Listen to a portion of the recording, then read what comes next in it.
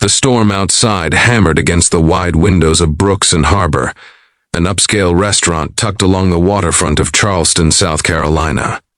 Inside, crystal chandeliers glittered like suspended stars, catching the reflections of sharp suits and perfumed elegance.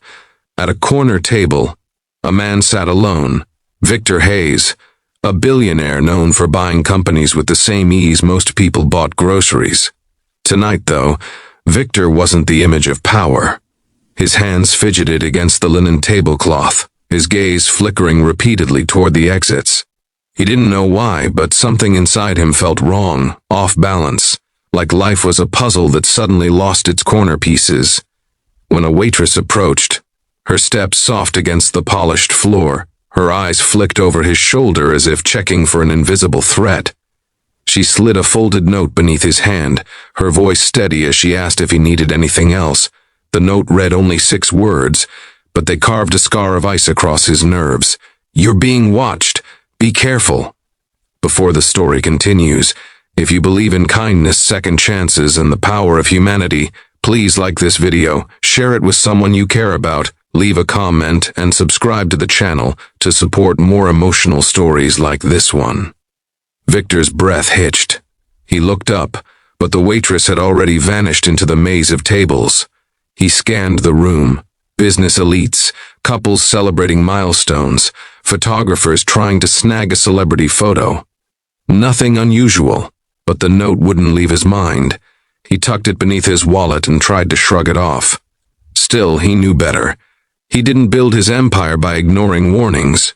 He stared down into his reflection in a glass of water and wondered when his life turned into something he had to fear. Once, he had been just a boy in Ohio, raised by a single mother who worked double shifts to keep the lights on.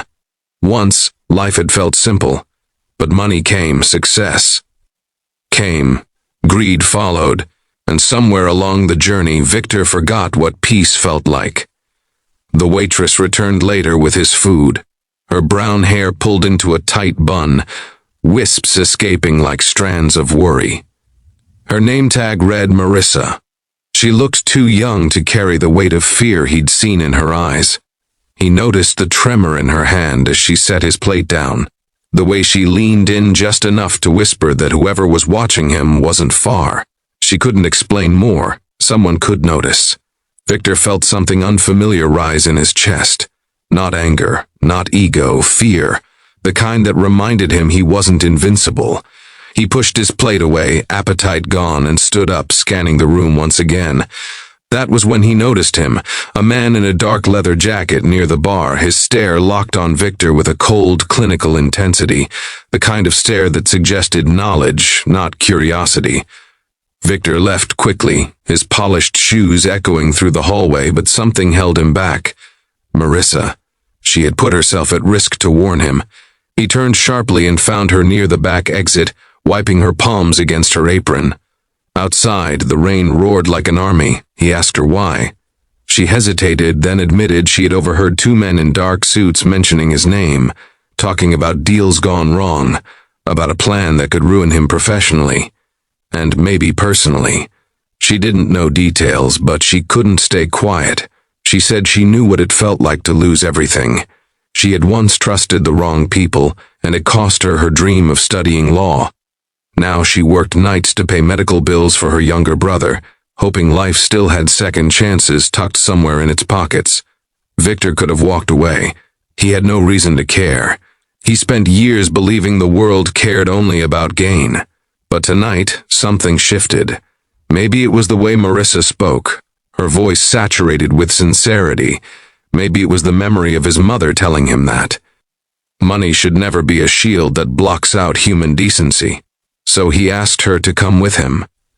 They left together, slipping into the storm, the rain soaking through their clothes as thunder cracked like the sky was splitting open. They moved quickly to his car, a black luxury sedan, and the engine roared awake. Marissa guided him through unfamiliar back streets she'd learned by heart while avoiding the dangerous corners of her own life. As they drove, Victor realized he was tired. Tired of the pressure that coiled around him like a vice. tired of boardrooms filled with wolves in silk ties, tired of being the kind of man who measured worth in profit. When they stopped outside a modest apartment complex where Marissa lived, he could see through the rain-streaked windshield, a little boy at the window, face pale with illness yet lit with hope as he waited. She explained that this was her brother Noah, born with a heart condition that insurance refused to cover. She worked tirelessly, but the bills always seemed to grow faster than her paychecks. She never asked for help. She said she couldn't afford hope. Hope was a currency she didn't have. Victor sat in silence. For the first time in years, he didn't feel like a man with the world in his hands. He felt human. He reached into his wallet and slid a business card across the console, telling Marissa to call him if anything felt unsafe. He wouldn't let the threats go unanswered. He promised her protection, not because she saved him, but because she reminded him of who he used to be. A person, a heart, a soul. Someone capable of more than boardroom battles and profit margins. The next day, Victor used his resources to locate and confront the men behind the threats. They were former partners, furious that he planned to expose their illegal operations. Victor didn't fight them with fists or fear. He used the law, exposing their crimes publicly. His reputation trembled but didn't fall. And when the dust settled, the world saw him not as a titan of greed, but as a man who chose justice over silence. Investors who once judged him respected him more. Employees who once feared him now believed in him. He didn't forget Marissa. He visited her apartment with a contract in hand, a full scholarship for law school, medical coverage for her brother, a job offer, not as a waitress, but as an intern at his company's new legal department dedicated to helping working-class families fight corporate injustice. When she tried to refuse, he said it wasn't charity, it was investment. In her.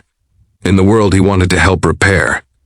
Marissa cried softly, her hands trembling not with fear now, but with disbelief that kindness still existed. If this story touched your heart even a little, please hit the like button, share this video to inspire someone else, leave a comment with your thoughts, and subscribe for more emotional stories that celebrate kindness, courage, and second chances. Before we end, here's a special request. Comment below what lesson you learned from this story. I'd love to read your thoughts. In the end, Victor stood outside Marissa's apartment once more, watching Noah laugh from the doorway, his cheeks rosy, his future brighter. The rain had stopped, replaced by sunlight that shimmered like mercy across the street. Victor realized that being watched wasn't always about danger. Sometimes it was a reminder that no matter how high we climb, our lives are measured not by the power we wield, but by the lives we choose to lift with us. And as he stepped away, he felt something he hadn't in years: peace. The kind that wins not through victory, but through redemption.